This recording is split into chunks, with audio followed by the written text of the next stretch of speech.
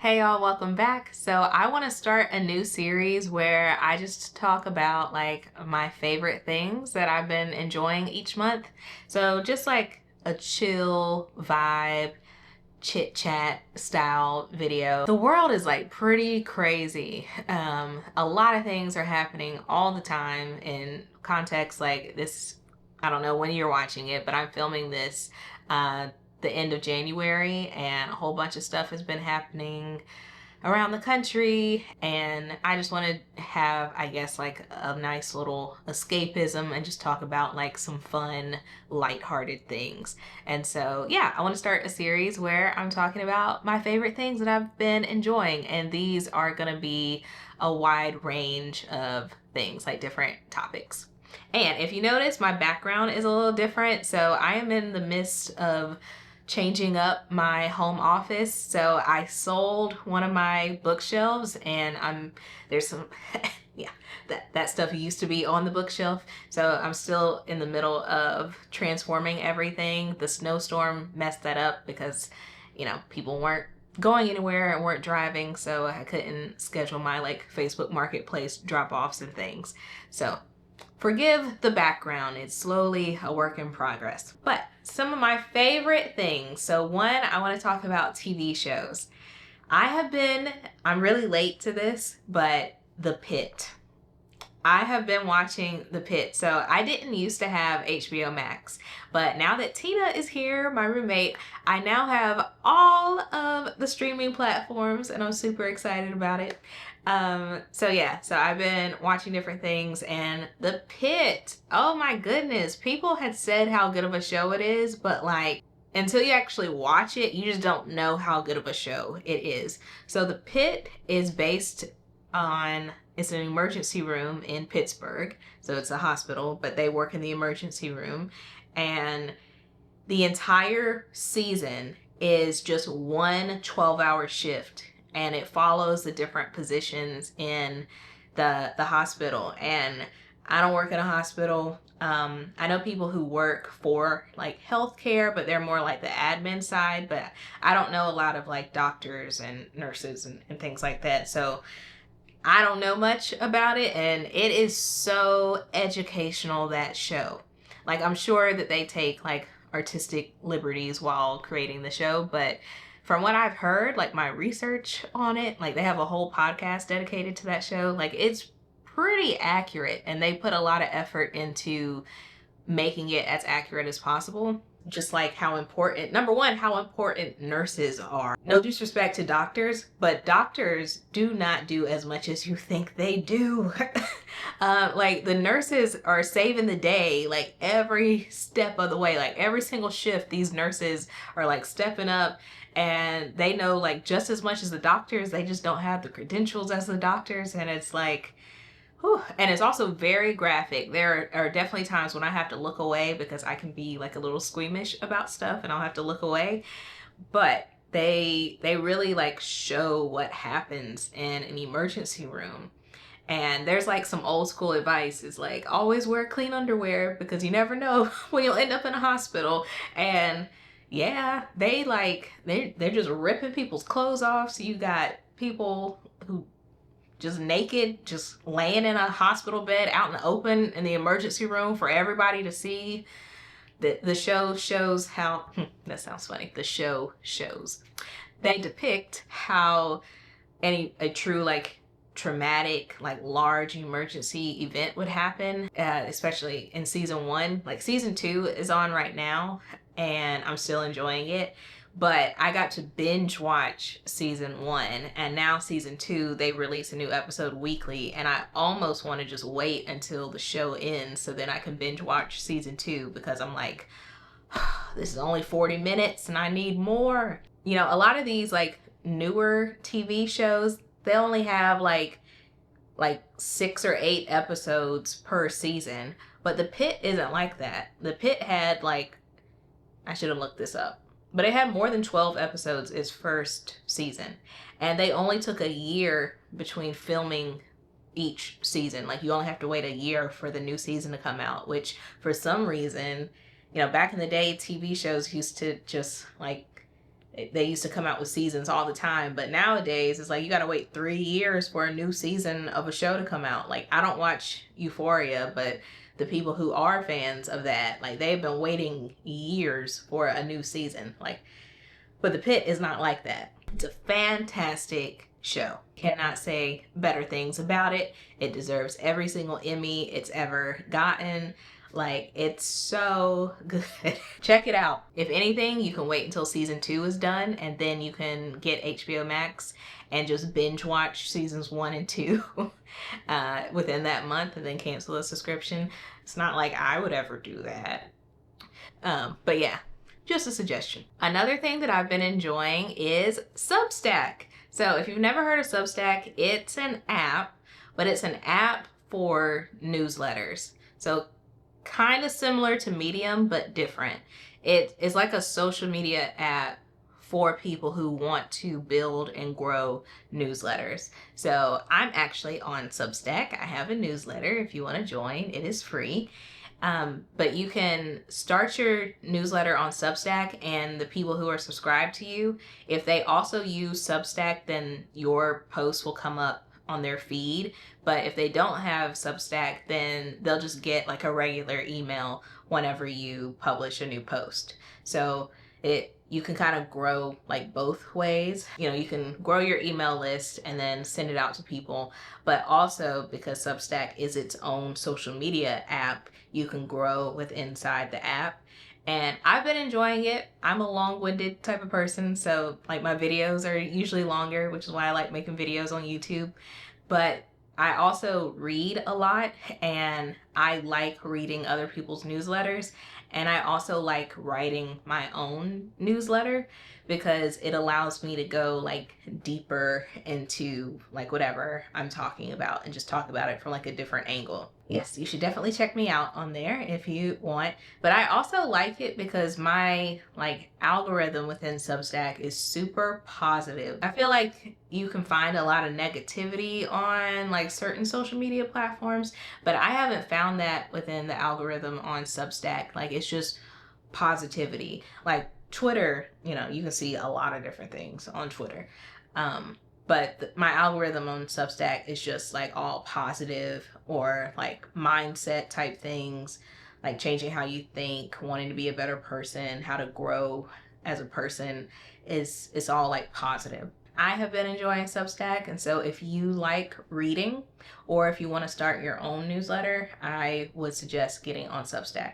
And it's still new. Like, it's, as far as social media apps go, it's very new compared to the other major apps. So there's still a lot of opportunity and a lot of space for you to grow and create your own community over there. Another thing that I've been enjoying is an audiobook that I finished earlier this month, was 107 Days by Kamala Harris. I don't want to assume anyone's political party or anything like that.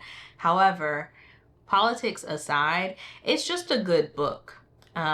She narrates it herself, so I listened to the audiobook. It was just an opportunity to hear her perspective on the election. So it's called 107 Days because that's how many days she had to run her campaign. And the book starts with her getting a phone call from Joe Biden, and he's like, "Hey, I'm dropping out. You know, you gotta run now."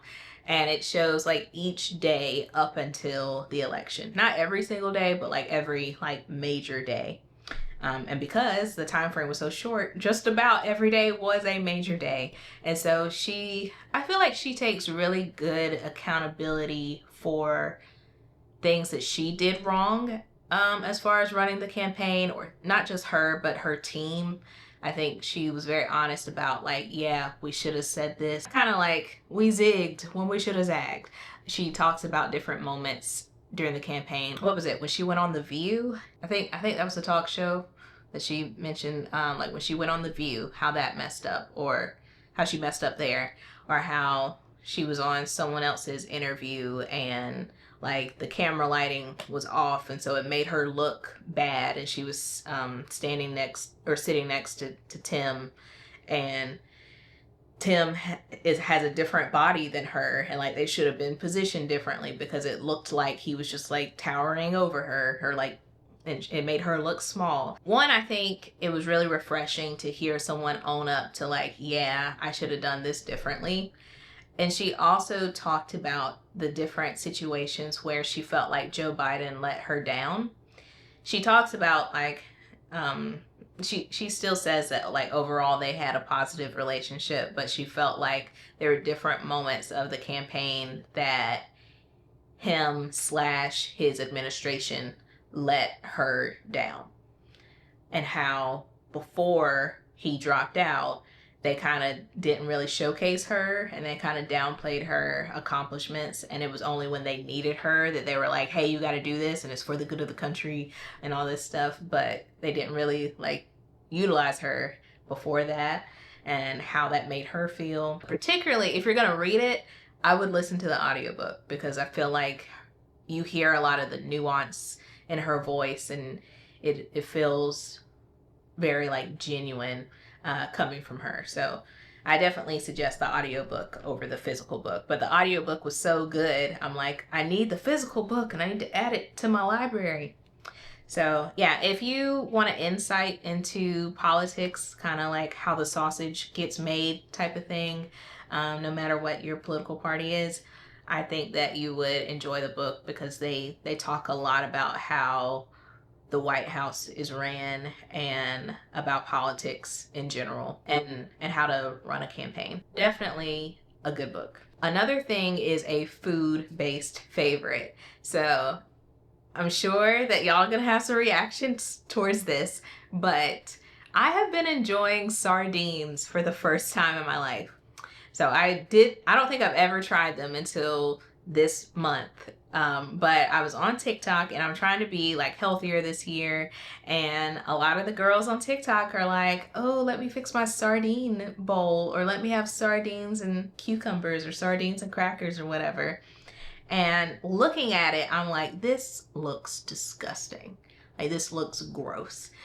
But everyone says like, actually they taste better than you would think, and like all these health benefits, like healthy fats or protein, or like it's good for your heart, and like all this stuff. So I was like, I'll try it. I tried it, and like, lo and behold, it's actually good. Like, it just tastes like fish, but the way it looks, it turns you off just by the way it looks. But when you actually eat it, and I added hot sauce on mine, and I was like, well, I just have a new favorite. I have a new thing to add to my rotation, my food rotation. So I'll have the sardines, and I get the kind that has like olive oil in it, like olive oil and lemon. And I'll have that in like the center of the bowl, but then I'll also have 2 boiled eggs that I'll cut in half, and then I'll put this like chili crunch on top, and that kind of adds something to the eggs. And then I'll dice cherry tomatoes and cucumbers, and then I'll also have, I have a lot of stuff on the plate.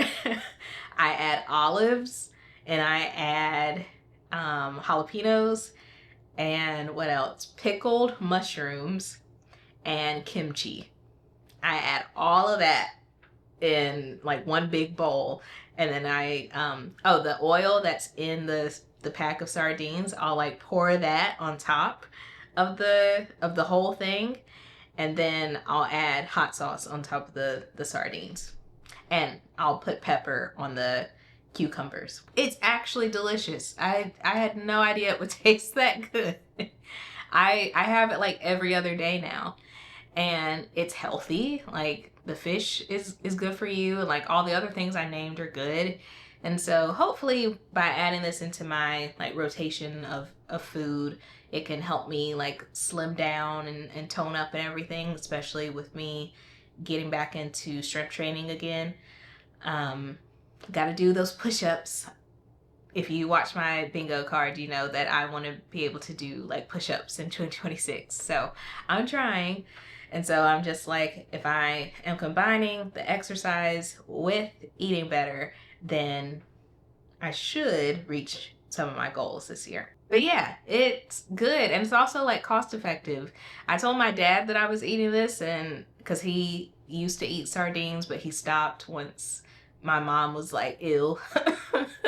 My dad thought that like sardines were like $1 per pack, and I was like, Daddy, no, these are like $4 a pack, and he couldn't believe it. So yeah, if you haven't bought sardines in a while, they're like $4. I've been just going to the grocery store and getting them, but I don't know if there's a better way to buy them so I can get them in bulk and maybe cut down on money. But that's still better than like eating out every day for lunch. Like, it's still more cost effective just to eat at home.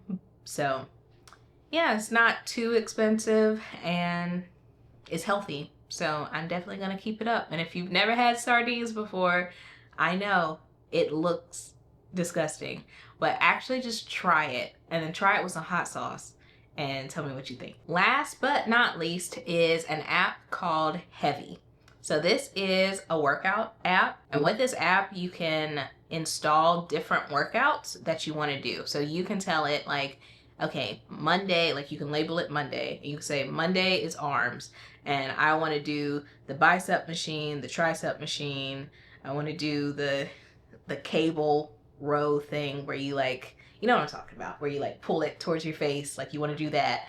Like, you can list all the different workouts that you want to do, and you can also order this or put in the sets. So you can say I want to do 3 sets and I want to do 8 reps per set, and then you can also put in how much weight you did per set. And so it'll track all of that, and then a month later, if you want to increase the weights, you'll already know, like, okay, I used to do 30 pounds, now I want to do 35. So it's a way to track it without having to remember that, because it can be hard to remember, like, okay, what weight was I doing last week? Like, that was a good weight, but I can't remember what it was. Like, there have been a lot of times where that has happened, where I'll forget what weight I should be doing. And that's why I like using the app. And it's not just an app. If you have an Apple Watch, you can connect it to your Apple Watch. And when I'm in the gym, I have my like earbuds in, but it'll tell me like, hey, your next set, you need to do 50 pounds for 8 reps. Like, it'll tell me. And then you can also program a rest in between each set. So you can tell it like, I want to take a 30-second rest in between each set. And you do all of this, or you program everything before you work out. And then when you get to the gym, you just press start on whatever workout you want. And then as long as you have the like earbuds or AirPods and your Apple Watch, you don't even need to look at your phone the entire time you're working out, because it's like you have a little trainer in your ear telling you like, up next you're gonna do the Smith machine, up next you're gonna go to the leg press machine. With the free plan, I think you can do 3 workouts. Like, you can set up 3 different workouts. So like Monday, leg day; Wednesday, upper body; Friday, full body. But if you work out more than 3 times a week, you may need to upgrade to the paid plan, and then I think you can have unlimited workouts that you can set up. But that is what I've been using, and I really like it. It makes it really easy to work out. And they also have, if you are confused about how to do something, a lot of the workouts have videos attached that will show you how to do the workout with the correct form. So it's really helpful. And you can take pictures of yourself, and it'll log like how much weight you did per workout. And it's a way to track and show like how you're doing better over time. So I definitely recommend it. And that's it. Those are some of my favorite things that I've been doing in January. I hope y'all like this video. I'd like to start making this a series and come back every month and tell y'all what some of my favorite things are. So if you like the idea of that, let me know down below. Let me know any of the things that have been your favorite things in January, and make sure you are subscribed to the channel so that you don't miss any future videos, and I'll see you next time.